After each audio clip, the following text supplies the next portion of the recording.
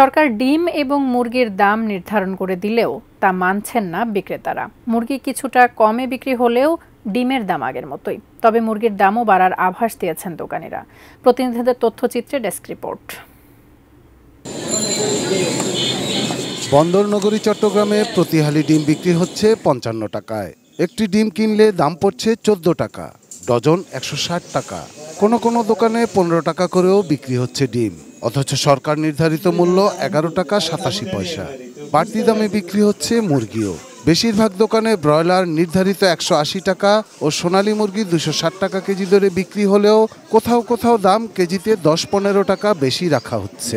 সরকারি রেট দিচ্ছে ঠিক আছে, আমরা তো উৎপাদন করি না, আমরা এটা কিনি।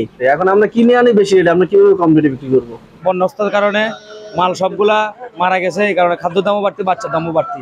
বগুড়ার ডিমের আড়তে সিন্ডিকেট এখনো সক্রিয়। প্রতিটি ডিম ১২ টাকা দরে বিক্রি করছে তারা। খুচরা বিক্রিতে ৫০ পয়সা আরও বাড়তি। তবে মুরগি সরকার নির্ধারিত দামেই বিক্রি হচ্ছে। ক্রেতাদের সংখ্যা, দাম সামনে বাড়বে।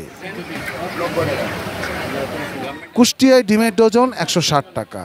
সরকার নির্ধারিত দামের চেয়ে ডিম প্রতি ১ টাকা বেশি। খুচরা বাজারে মুরগি বেঁধে দেয়া দামেই বিক্রি হচ্ছে।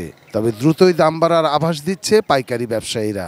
এমনটাই জানালেন দোকানিরা। শিয়া বাটার ও ভিটামিন ই সমৃদ্ধ lily glam beauty soap. Lily, always beautiful. সরকারি রেটের থেকে এখনো কম বিক্রি করছে। আগামীকাল থেকে এটা বেশি হতে পারে।